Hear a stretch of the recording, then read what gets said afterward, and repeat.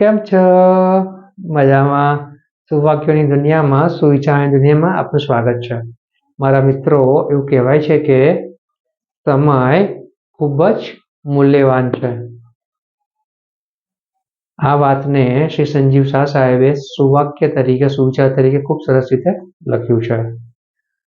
એમાં લખ્યું છે કે સમય તમને લે તે પહેલા સમય કાઢો.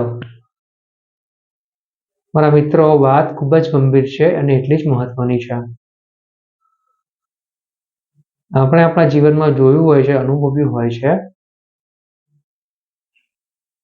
કે આપણે સમયને સાચી રીતે સંચાલિત નથી કરી શકતા. ટાઈમ મેનેજમેન્ટ, સમયનું સંચાલન સૌથી અગત્યનું છે. પણ આપણે અત્યારે સમયનું સંચાલન સરખી રીતે નથી કરી શકતા. તે જ આપણી સૌથી મોટી સમસ્યા છે. આપણે ઘણી વખત આપણો સમય એવી જગ્યાએ બગાડતા હોઈએ છીએ, બરબાદ કરતા હોઈએ છીએ કે જેની જરૂર નથી હોતી.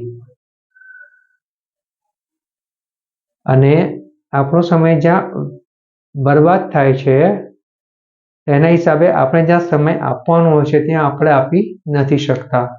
જેમ કે આપણે કોઈ વસ્તુ શીખવાની હોય, આપણા જીવનને લગતું, કેરિયર લગતું કંઈક આગળ વધવાનું હોય તો તે બધા માટે આપણને સમય ઓછો પડે છે, કારણ કે આપણો સમય જે નથી કરવાનું તેવી જગ્યાએ આપણો વધારે જઈ રહ્યો છે. તો મારા મિત્રો, વાત અહીંયા એવી છે કે આપણે સમય સંચાલન શીખવાનું છે. જો આપણે સમય સંચાલન એટલે કે ટાઈમ મેનેજમેન્ટ શીખી જઈએ તો એવું કહી શકાય કે આપણે આપણી જિંદગીના સૌથી મોટી જે સમસ્યા છે તેની ઉપર જીત મેળવી લીધી છે. અને એકવાર જો આપણે આપણા જીવનને સૌથી મુશ્કેલ સમસ્યા ઉપર જીત મેળવી લીધી હોય તો પછી આપણે આપણા જીવનમાં જે કંઈ સારા લક્ષ્યો બનાવ્યા છે, સાચા લક્ષ્યો બનાવ્યા છે ત્યાં સુધી આપણે ધીરે ધીરે સંતોષપૂર્વક પહોંચી શકીએ છીએ.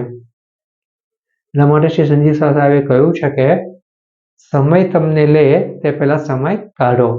એટલે કે તમારે તમારા જીવનમાં જે કંઈ સારું અને સાચું કરવું છે, જે લક્ષ્યો બનાવ્યા છે તેની પહોંચવા માટે તેની ઉપર કામ કરવું પડશે. અને કંઈ સારું અને સાચું કરવા માટે કોઈ યોગ્ય સમયની રાહ જોવાની જરૂર નથી. જ્યારે પણ કંઈક સારું અને સાચું કરવાનો વિચાર આવે છે ત્યારથી જે સાચો સમય કહેવાય છે. તો બસ, સમયનું આટલું સંચાલન આપણે આપણા જીવનમાં ઉતારવાનું છે. અને આ સમયનું સંચાલન આપણા જીવનમાં ઉતારીને આપણે આપણું જીવન વધારે બહેતર બનાવવાનું છે. જો આટલું કરી શકીએ તો ચોક્કસ જ આપણે આપણા લક્ષ્યો સુધી પહોંચી શકીએ. Thank you.